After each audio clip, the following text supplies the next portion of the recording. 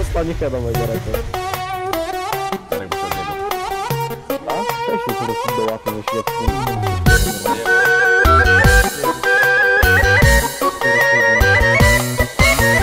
nimeni nu mă poate egala, că tot ce fac eu fac cu cap și toți stați în urma mea. Și oricât ați vrea, nu veți avea norocul și mintea mea. Așa m-a născut mama. Nu te mai gândi cum să faci să mă întreci. Eu îți recomand, nici măcar să nu încerci. Și oricine ar vrea să fie tădeapa mea, sigur n-ar putea, chiar de mari copia. Nu te mai gândi cum să mă întreci.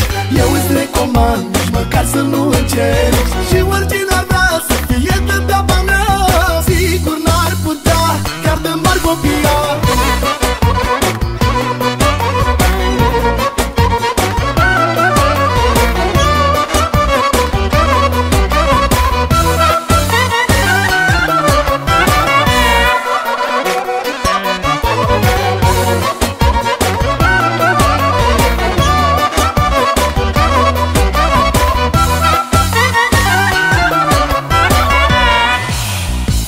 Pe oameni să mă bârfiți, doar pe mine mă vorbiți. Mereu faceți vorba mea.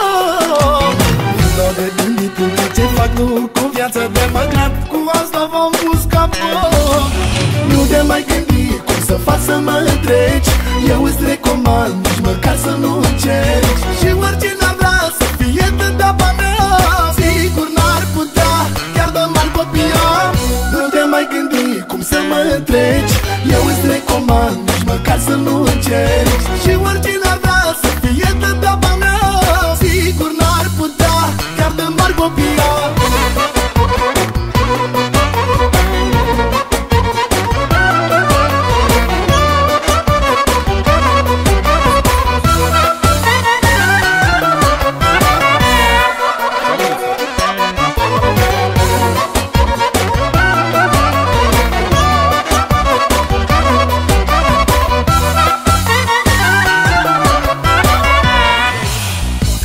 Nu mă poate egala, că tot ce fac eu fac cu cap și toți stați în urma mea.